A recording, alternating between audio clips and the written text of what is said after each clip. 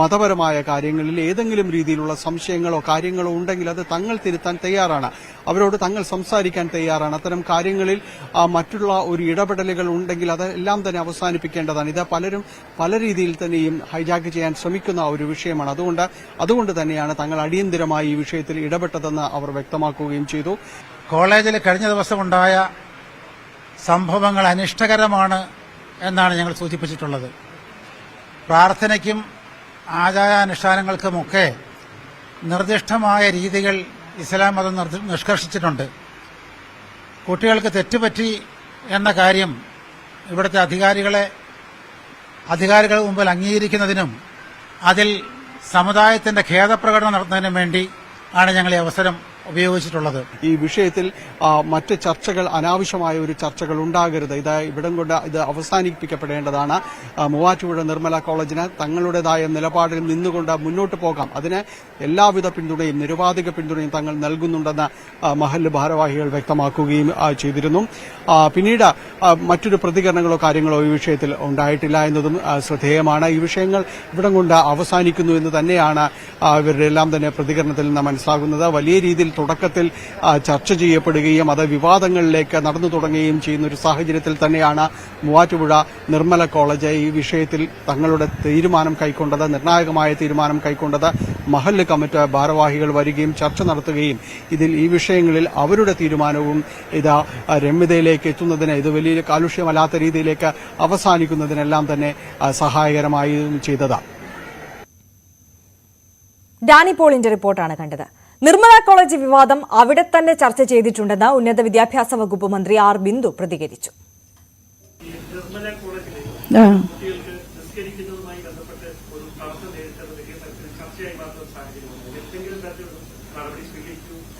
അത് അവിടെ തന്നെ കൈകാര്യം ചെയ്തിട്ടുണ്ട് ആ വിഷയം. ബജറ്റ് ചർച്ചയിൽ ലോക്സഭയിൽ ഭരണ പ്രതിപക്ഷ ബഹളം. കേന്ദ്ര ബജറ്റിനെ രൂക്ഷമായി വിമർശിച്ച് രാഹുൽ ഗാന്ധി. മോദിയും അമിത്ഷായും ഇന്ത്യയെ ചക്രവ്യൂഹത്തിൽ കുരുക്കുന്നുവെന്ന് രാഹുൽ ഗാന്ധി പറഞ്ഞു. ധനമന്ത്രിയുടെ ബജറ്റ് ചക്രവ്യൂഹം ചമയ്ക്കുന്നവരെ സംരക്ഷിക്കാൻ.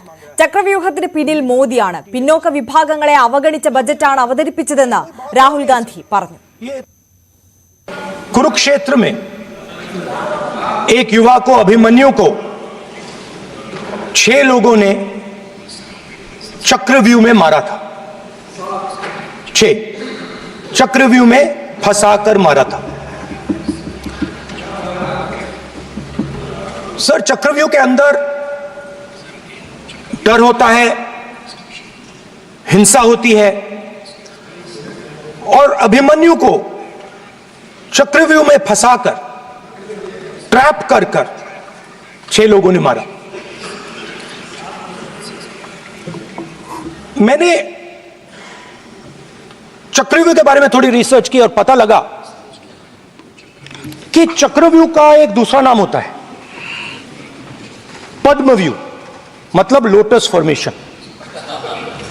तो जो चक्रव्यूह होता है स्पीकर सर, वो लोटस के शेप में होता है, कमल के फूल के शेप में होता है। 21वीं सदी में सर एक नया चक्रव्यूह तैयार हुआ है स्पीकर सर, वो भी लोटस की शेप में है सर, और उसका चिन्ह प्रधानमंत्री जी अपनी छाती पर लगा के चलते हैं। सर, जो अभिमन्यु के साथ किया गया था, जो अभिमन्यु को चक्रव्यूह में फंसाया गया था, वही हिंदुस्तान के साथ किया गया है। हिंदुस्तान के युवाओं के साथ, हिंदुस्तान के किसानों के साथ, हमारी माताओं बहनों के साथ, स्मॉल बिजनेसेस के साथ, मीडियम साइज बिजनेस के साथ। सर, अभिमन्यु को 6 लोगों ने मारा था। उनके नाम द्रोणाचार्य, कर्ण, कृपाचार्य, कृतवर्मा, अश्वत्थामा और शकुनी। सर, आज भी चक्रव्यूह के बीच में 6 लोग हैं। सर, चक्रव्यूह के बिल्कुल सेंटर में, चक्रव्यूह में हजारों लोग होते हैं सर। രാഹുലിനെ എതിർത്ത് പാർലമെന്ററി കാര്യമന്ത്രി കിരൺ റിജിജു സംസാരിച്ചു. സഭയിൽ ഇല്ലാത്തവരുടെ പേര് പറയരുതെന്ന് സ്പീക്കർ ഓം ബിർള രാഹുൽ ഗാന്ധിയോട് പറഞ്ഞു. नियम से चलता है। लोकसभा स्पीकर को चैलेंज करके आज सदन के नेता प्रतिपक्ष ने इस गरिमा को गिराया है।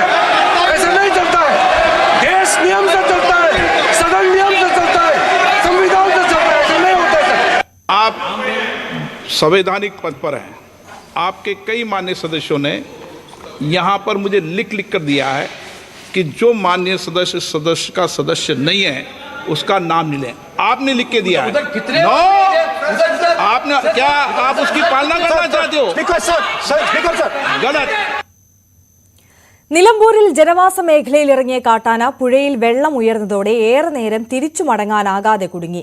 കരുളായി പലങ്കര പാലത്തിന് താഴെ കരിമ്പുഴയിലാണ് സംഭവം. ഇന്നലെ രാത്രിയാണ് പിടിയാന പാലങ്കര ഓഴകലകൽ ഭാഗത്ത് എത്തിയത്. ആന ഇറങ്ങുന്ന സമയത്ത് കരിമ്പുഴയിൽ വെള്ളം നന്നേ കുറവായിരുന്നു. എന്നാൽ പുലർച്ചെയോടെ വെള്ളം ഉയർന്നതോടെ ആന പുഴയിൽ കുടുങ്ങുകയായിരുന്നു. പലതവണ പുഴ നീന്താൻ ശ്രമിച്ചെങ്കിലും ഒഴുക്കിൽപ്പെടുകയായിരുന്നു.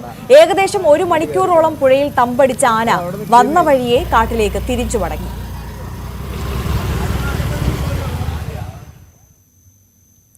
തിരുവനന്തപുരം വഞ്ചിയൂരിൽ വീട്ടിൽ കയറി യുവതിയെ എയർഗൺ ഉപയോഗിച്ച് വെടിവെച്ച അക്രമി എത്തിയത് ആറ്റിങ്ങൽ ഭാഗത്തു നിന്നെന്ന് സൂചന. CCTV ദൃശ്യങ്ങൾ പോലീസ് പരിശോധിക്കുകയാണ്. ആക്രമണത്തിന് പിന്നിൽ വ്യക്തിവൈരാഗ്യമെന്ന സംശയം ബലപ്പെടുകയാണ്. വഞ്ചിയൂർ പോസ്റ്റ് ഓഫീസ് ലൈനിൽ ഷിനി എന്ന യുവതിക്ക് നേരെ വെടിവയ്പുണ്ടായിട്ട് 1 ദിവസം പിന്നിടുകയാണ്.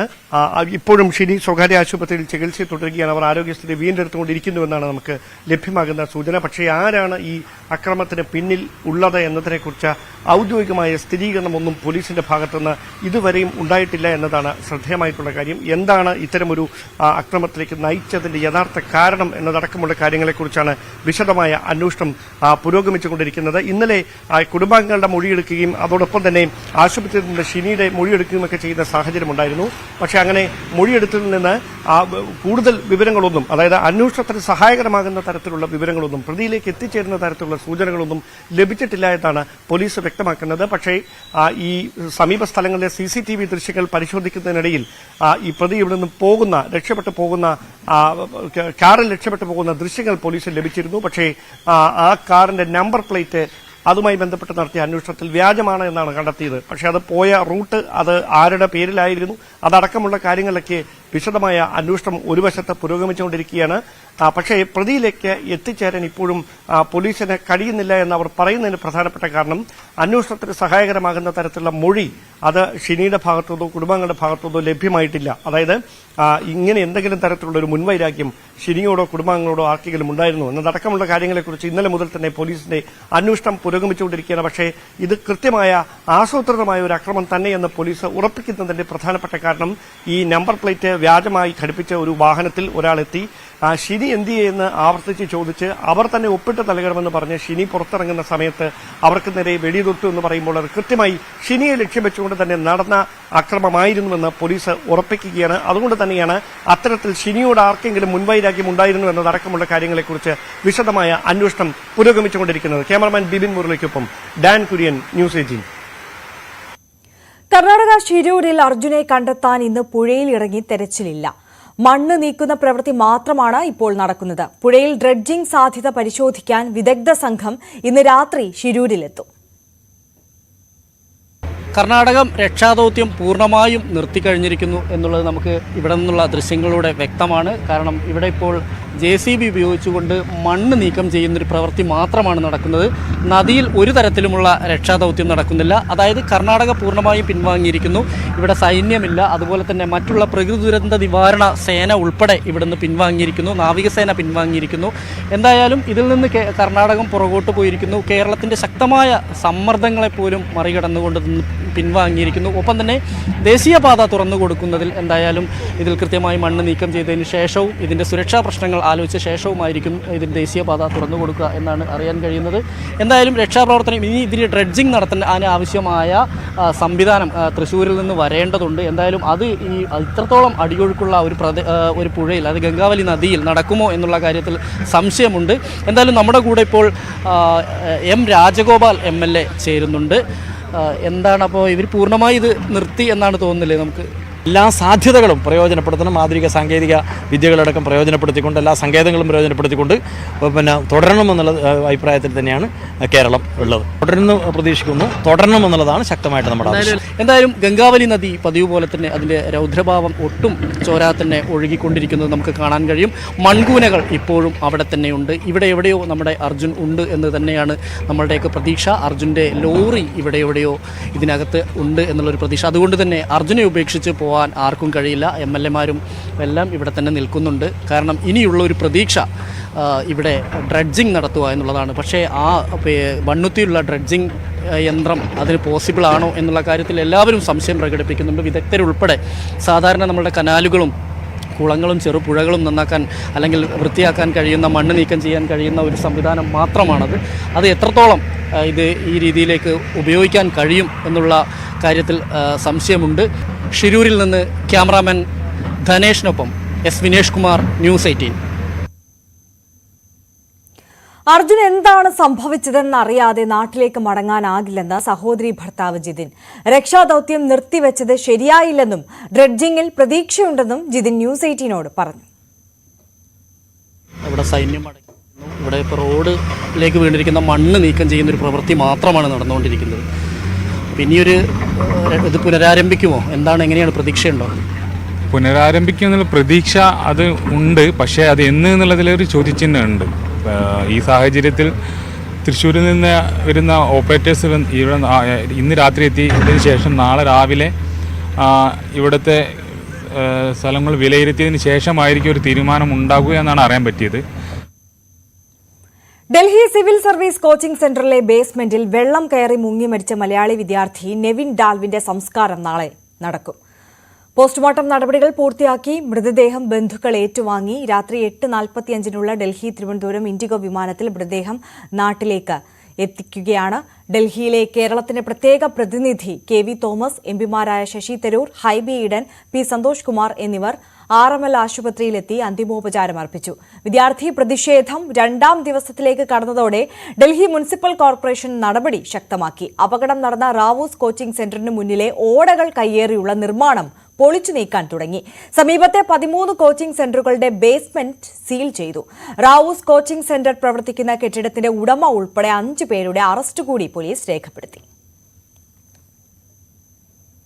നോക്കാം സ്വർണം വെള്ളി നിരക്കുകൾ.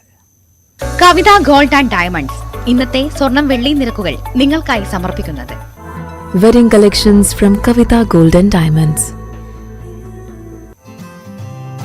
സ്വർണം 22 ക്യാരറ്റ് ഗ്രാമിന് 6340, പവന് 50,720. സ്വർണം 18 ക്യാരറ്റ് ഗ്രാമിന് 5245, പവന് 41,960. വെള്ളി ഗ്രാമിന് 99, കിലോഗ്രാമിന് 99,000.